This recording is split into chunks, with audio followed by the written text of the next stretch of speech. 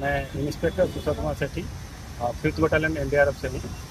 हम अभी एक टीम में लेकर मैं थाना में स्थित हूँ और थाने में किसी प्रकार की कोई आपदा आती है तो उसको निपटाने के लिए हम हमेशा तत्पर रहते हैं। और हमारे पास बहुत सारा इक्विपमेंट है, जैसे बिल्डिंग कोलैप्स का इक्विपमेंट है और फ्लड वाटर रेस्क्यू के लिए रबराइज बोट है, OPM है और लाइफ जैकेट सब। और कई फैक्ट्री वगैरह में कोई इंसिडेंट होती है, केमिकल या और किसी प्रकार की कोई इंसिडेंट होती है तो उसको भी निपटाने के लिए हमारे पास इक्विपमेंट और मेरा जवान जो है स्पेशलाइज कोर्स कर देते हैं।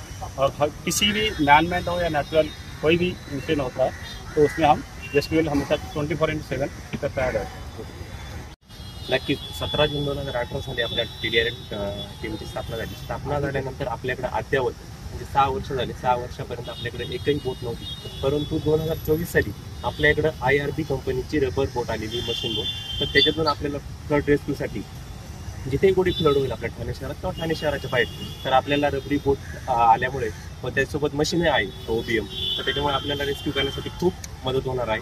आणि ठाणे शहरातच नव्हते, ठाणे शहराच्या बाहेर कुठेही फ्लड आला तर त्या ठिकाणी जाऊन TDRF असेल किंवा NDRF असेल त्या ठिकाणी जाऊन यशस्वीरित्या रेस्क्यू करून अडकलेल्या माणसांना यशस्वीरित्या आपण बाहेर काढू त्या ठिकाणी। नक्कीच ठाणे आपत्ती प्रतिसाद दल TDRFच्या टीमने ठाणे शहरातच नव्हे तर ठाणे शहराच्या बाहेर जाऊन रायगड असेल, त्यानंतर इरशाळवाडी, तळई, लँडस्लाईड ज्या ठिकाणी झाली, नंतर बिल्डिंग कोलॅप्स असेल, भिवंडी असेल, त्यानंतर संगमनेर नगर जिल्ह्यामध्ये असेल किंवा नाशिक जिल्ह्यामध्ये निफाड असेल, अशा अनेक जिल्ह्यांमध्ये जाऊन TDRFच्या टीमने यशस्वीरित्या कार्य पूर्ण केले आहे। त्याच्यामध्ये फ्लड रेस्क्यू असेल, बिल्डिंग कोलॅप्स असेल, त्यानंतर लँडस्लाईड असेल आणि अशा मोठमोठ्या कॉलमध्ये TDRF टीमने यशस्वीरित्या काम पूर्ण केले। शासनाकडनं अतिवृष्टीचा इशारा देण्यात आलेला आहे आपल्याला, तर अतिवृष्टीमध्ये लोकांना वाचवण्याचा प्रयत्न केला जाणार आहे आणि त्यासाठी आपल्याकडे TDRF आणि NDRFची टीम सक्षमपणे उभी आहे ठाणे शहरासाठी।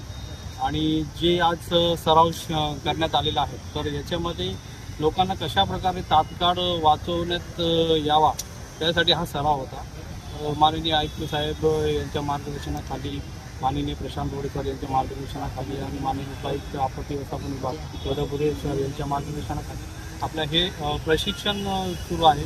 NDRF आणि TDRF NDRF टीमकडून आपली TDRF टीमसाठी ही रबर बोट आहे आणि लोकांना वाचवण्यासाठी सक्षमपणे आपल्याला त्याचा उपयोग करता येईल आणि याला OPM मशीनसुद्धा देण्यात आलेली आहे।